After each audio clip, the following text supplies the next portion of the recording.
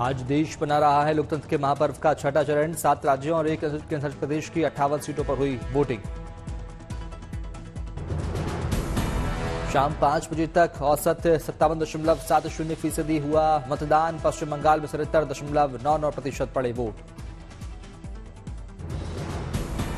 बिहार में 52.24% हुआ मतदान। वहीं शाम 5 बजे तक झारखंड में हुई 61.41% वोटिंग।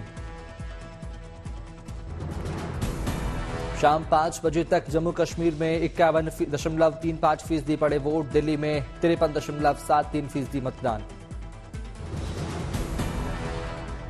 राष्ट्रपति द्रौपदी मुर्मू ने किया मतदान। दिखी महिला सशक्तिकरण की तस्वीर।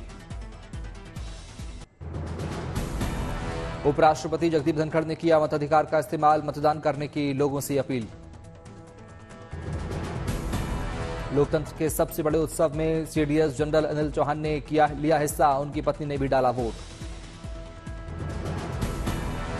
छठे चरण के लोकसभा मतदान को लेकर पीएम मोदी ने की अपील। लिखा, अपने मताधिकार का प्रयोग जरूर करें। गृहमंत्री अमित शाह ने एक्स पोस्ट में मतदाताओं से की अपील। लिखा, भ्रष्टाचार मुक्त सरकार चुनने के लिए करें मतदान। सीएम योगी की छठवें चरण के मतदान को लेकर मतदाताओं से अपील। बोले, पहले मतदान फिर जलपान। कांग्रेस संसदीय दल की अध्यक्ष सोनिया गांधी ने किया मतदान। साथ में राहुल गांधी भी रहे मौजूद। वोटिंग के बाद राहुल ने सोशल साइट एक्स पर सोनिया गांधी के साथ सेल्फी की तस्वीर पोस्ट की। लोगों से मतदान करने की अपील की।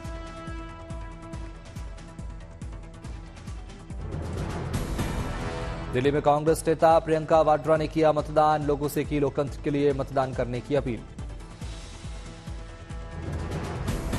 वोट डालने पहुंचे प्रियंका गांधी के बच्चे। बेटी मिराया ने लोकसभा चुनाव में पहली बार किया मतदान।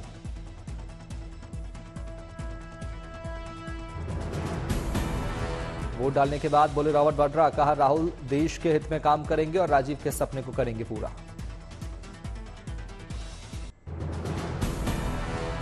राज्य में लोकतंत्र के सबसे बड़े उत्सव में शामिल हुए क्रिकेटर महेंद्र सिंह धोनी किया मतदान।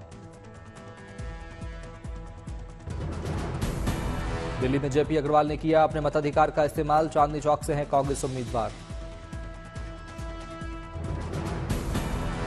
दिल्ली सरकार के मंत्री सौरभ भारद्वाज ने किया अपने मताधिकार का इस्तेमाल। चिराग दिल्ली में डाला वोट। आम आदमी पार्टी के नेता धनंजय सिंह ने वोटिंग में लिया हिस्सा। विकासपुरी इलाके में डाला वोट। हरियाणा के चरखी दादरी में पूर्व पहलवान महावीर फोगाट ने डाला वोट। बबीता फोगाट ने भी किया मतदान।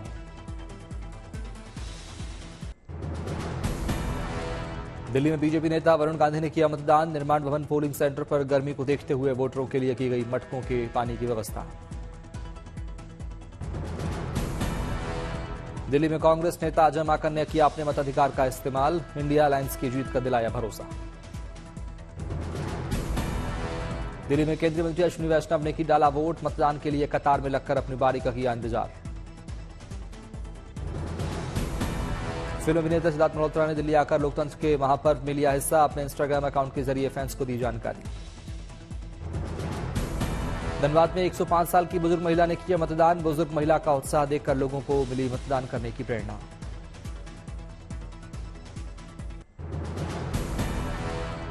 दिल्ली के मुख्यमंत्री अरविंद केजरीवाल ने सिविलियन इलाके में डाला वोट। साथ में पूरा परिवार रहा मौजूद। अरविंद केजरीवाल के बुजुर्ग पिता ने लोकतंत्र के महाउत्सव में लिया हिस्सा। किया मतदान। भुवनेश्वर में सीएम नवीन पटनायक ने डाला वोट। कहा, हम जनता की सेवा के लिए एक राज्य में मजबूत सरकार बनाएंगे। दिल्ली में पूर्व क्रिकेटर कपिल देव ने किया अपने मताधिकार का इस्तेमाल। उनकी पत्नी रोमी देव भी साथ में रही मौजूद।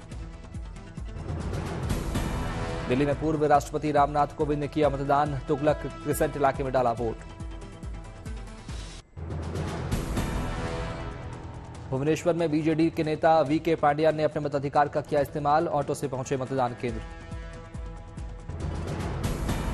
स्वाति मालीवाल ने अपने मताधिकार का किया इस्तेमाल। दिल्ली के सिविल लाइन इलाके में डाला वोट। केरल के गवर्नर आरिफ मोहम्मद खान ने किया वोट। दिल्ली के हौज खास इलाके में किया मतदान। फूलपुर लोकसभा सीट के लिए बीजेपी नेता सिद्धार्थनाथ सिंह ने डाला वोट। प्रवीण पटेल है यहां से बीजेपी के उम्मीदवार। हरियाणा के कुरुक्षेत्र में बीजेपी के प्रत्याशी नवीन जिंदल ने किया मतदान। उनकी पत्नी शालू जिंदल भी रही मौजूद। शहाबुद्दीन की पत्नी हैना शहाब ने डाला वोट। सीवान से निर्दलीय लड़ रही हैं चुनाव। दिल्ली राज्य हज कमेटी के अध्यक्ष कौसर जहां ने किया मतदान। लोगों से की वोट डालने की अपील। दिल्ली सरकार की मंत्री आतिशी ने किया अपने मताधिकार का इस्तेमाल। कालकाजी इलाके में डाला वोट।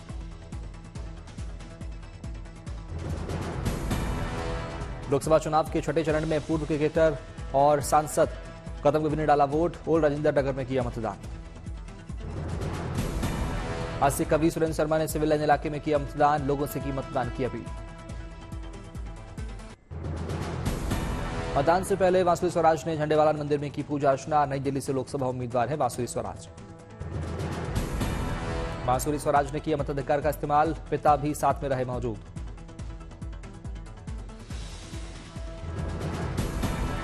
हरियाणा के मुख्यमंत्री नायब सिंह सैनी ने अंबाला में किया मतदान। नारायणगढ़ के मतदान केंद्र पर डाला वोट। हरियाणा के पूर्व सीएम मनोहर लाल खट्टर ने सुबह सुबह ही किया मतदान। करनाल से लड़ रहे हैं लोकसभा का चुनाव। केंद्रीय मंत्री हरदीप सिंह पुरी ने किया मतदान। उनकी पत्नी लक्ष्मी पुरी ने भी साथ में की वोटिंग।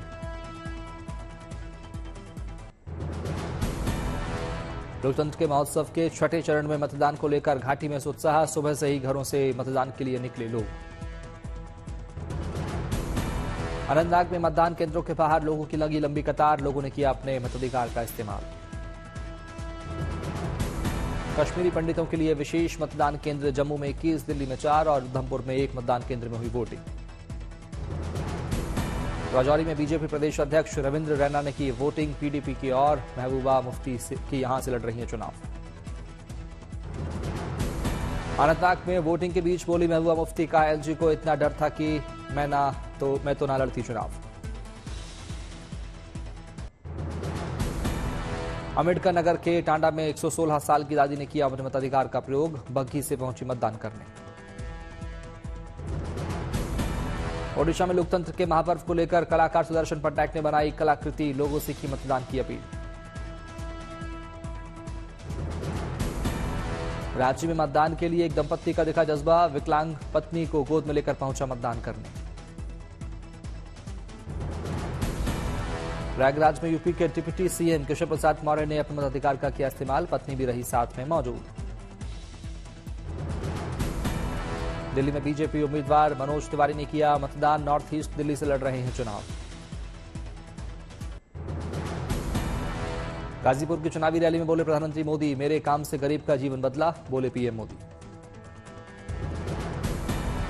जनसभा में पीएम मोदी ने समाजवादी पार्टी पर जमकर साधा निशाना। समाजवादी पार्टी ने माफियाओं को पाला पोसा। समाजवादी पार्टी की सरकार में माफिया आजाद थे। पीएम मोदी ने अपराध पर लगाम लगाने के लिए योगी सरकार की तारीफ। बोले योगी सरकार में दंगे बंद, दंगाई बंद। अब यूपी में माफियाओं पर होती है कार्रवाई। आरक्षण को लेकर भी पीएम मोदी ने विपक्ष को घेरा। बोले इंडिया गठबंधन ने ओबीसी आरक्षण घटाया। मैं एसटी, एससी, ओबीसी आरक्षण की रक्षा करूंगा। मुस्लिम आरक्षण को लेकर पीएम मोदी ने ममता बनर्जी को कटघरे में खड़ा किया। बोले कलकत्ता हाईकोर्ट ने ममता सरकार के नापाक इरादों का पर्दाफाश किया। पीएम मोदी ने बिहार के बक्सर और काराकाट में की रैली। पीएम मोदी ने बक्सर से बीजेपी उम्मीदवार मिथिलेश तिवारी के लिए मांगा वोट। पीएम मोदी के निशाने पर रहा इंडिया गठबंधन। बोले ये लोग तुष्टीकरण के नाम पर आरक्षण छीन लेना चाहते हैं। इन्हें 1 जून को जवाब देना है। कांग्रेस पर पीएम मोदी ने जमकर बोला हमला। बोले कांग्रेस देश को अपनी जागीर समझती रही है। वह शहजादे को ही अपना वारिस मानते हैं। पीएम मोदी ने काराकाट में भी की रैली। पीएम की जनसभा में उमड़ी भीड़। बोले कांग्रेस आरजेडी वाले डरपोक हैं। कहते हैं पाकिस्तान के पास परमाणु बम है, इसलिए उनसे डरो। जनसभा में पीएम मोदी ने विपक्ष को जमकर घेरा। बोले कांग्रेस, आरजेडी और इंडी गठबंधन को देश बार बार खारिज कर चुका है। इनके पास ना विजन है, इनके पास सिर्फ कंफ्यूजन है। लोकसभा के चुनाव के छठे चरण के बीच पीएम मोदी ने पाटलिपुत्र में की जनसभा। विपक्ष पर जमकर साधा निशाना। पीएम मोदी ने संविधान को बताया सबसे ऊपर। बोले बाबा साहेब अम्बेडकर की भावना सर्वोपरि। पीएम मोदी ने विपक्ष पर कसा तंज, कहा इंडी गठबंधन को अपने वोट बैंक की गुलामी करें, मैं एससी, एसटी, ओबीसी के आरक्षण के साथ खड़ा रहूंगा। पीएम मोदी ने विपक्ष को बताया घोर परिवारवादी, बोले ये लोग पहले अपने परिवार का सोचते हैं, दूसरे को पीछे रखते हैं। और ये लोग घोर परिवारवादी है। सबसे पहले वो अपने परिवार का ही सोचते हैं, बाकियों को सबको पीछे रखते हैं। गृहमंत्री अमित शाह का राहुल गांधी पर बड़ा हमला, बोले नौकरी और पेंशन के नाम पर भ्रम फैला रहे हैं राहुल। अग्निवीर योजना पर अमित शाह ने कहा अग्निवीर योजना को लेकर अफवाह फैलाई गई। हिमाचल के कांगड़ा में गृहमंत्री अमित शाह की रैली, कांग्रेस पर जमकर साधा निशाना, बोले कांग्रेस नेता बोलते हैं पीओके की बात मत करो, पाकिस्तान के पास परमाणु बम है। पीओके को लेकर एक बार फिर अमित शाह ने बताया अपने इरादे, बोले पीओके भारत का हिस्सा है और हम इसे लेकर रहेंगे। अमित शाह ने कांगड़ा की जनसभा में किया ऐलान, 4 जून को परिणाम आते ही मोदी जी 400 का आंकड़ा करेंगे पार।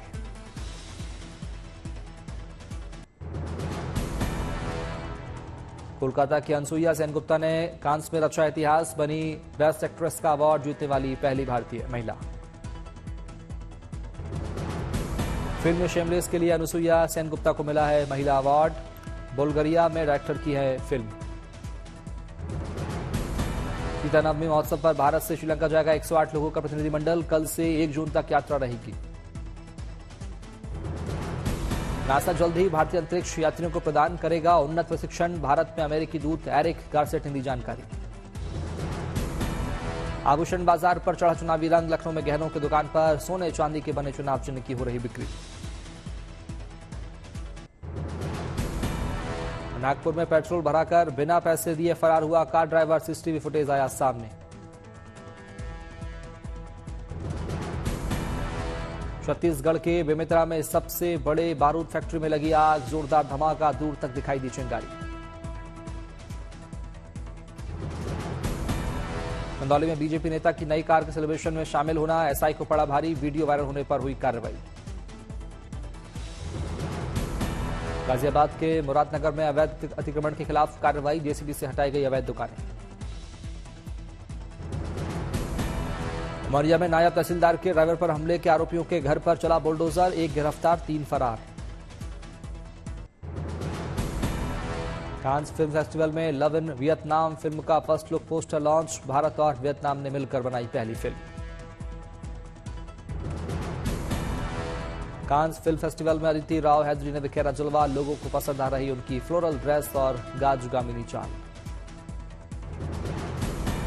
लखनऊ में समोसा खाते नजर आए अभिनेता मनोज वाजपेयी, सोशल मीडिया पर शेयर किया वीडियो। रणवीर कपूर की एक तस्वीर सोशल मीडिया पर हो रही खूब वायरल, रणवीर की टी शर्ट पर लिखा राह का नाम। 7 जून को यूके में रिलीज होगी ए गेम ऑफ 2 हॉप्स, करीब 40 सिनेमाघरों में होगी रिलीज। रफा में सैन्य कार्रवाई रोकने के वर्ल्ड कोर्ट के आदेश को इजरायली पीएम नेतन्याहू ने किया खारिज, वर्ल्ड कोर्ट के फैसले को इजरायल के लिए माना जा रहा बड़ा झटका। यूएन में फिलिस्तीनी दूत रियाद मंसूर ने वर्ल्ड कोर्ट के फैसले को इजरायल के लिए बताया बाध्यकारी, निर्देशों को बिना हिचकिचाहट लागू किए जाने की जताई उम्मीद। ईयू के विदेश नीति प्रमुख ने ईयू से कानून सम्मत अंतर्राष्ट्रीय संस्थान या इजरायल का समर्थन में से किसी एक को चुनने को कहा, फिलिस्तीन समर्थकों ने किया हंगामा। फिलिस्तीनी देश पर स्पेन के प्रधानमंत्री योलांडा डियाज के बयान पर विवाद, फिलिस्तीन के मामले में from the river to the sea मुहावरे का किया गया था इस्तेमाल। अरब लीग और ओआईसी सदस्यों से मिले फ्रांसीसी राष्ट्रपति मैक्रों, फ्रांस की राजधानी पेरिस में एलिजे पैलेस में मध्य पूर्व के हालात पर हुई चर्चा। यूएन सुरक्षा परिषद के सभी देशों से सहायता कर्मियों की सुरक्षा और सम्मान की अपील, सहायता कर्मियों के खिलाफ हिंसा की परिषद ने की कड़ी निंदा। रूसी राष्ट्रपति पुतिन ने यूक्रेन शांति वार्ता दोबारा शुरू करने की बताई आवश्यकता, यूक्रेन के सिर्फ वैध नेताओं के साथ ही बातचीत की कही बात। यूक्रेन के राष्ट्रपति जेलेंस्की ने खार्किव के उत्तर में रूसी कब्जे वाले इलाकों पर दोबारा नियंत्रण का किया दावा, अधिकारियों के साथ बैठक के बाद जेलेंस्की ने जारी किए संदेश। दिवंगत ईरानी राष्ट्रपति रईसी को श्रद्धांजलि देने के लिए आयोजित रैली को हिजबुल्लाह नेता नसरुल्लाह ने किया संबोधित, टेलीविजन पर संदेश में मौत पर जताया दुख। कांस फिल्म फेस्टिवल में अपनी गैर हाजिर अभिनेत्रियों का फोटो लेकर पहुंचे ईरानी director Mohammad Rasoulof. The seed of the sacred fig के पीरियड के दौरान हाथों में अभिनेत्री सोहेल गोलिस्तानी की तस्वीर लिए दिखे रसूलोफ।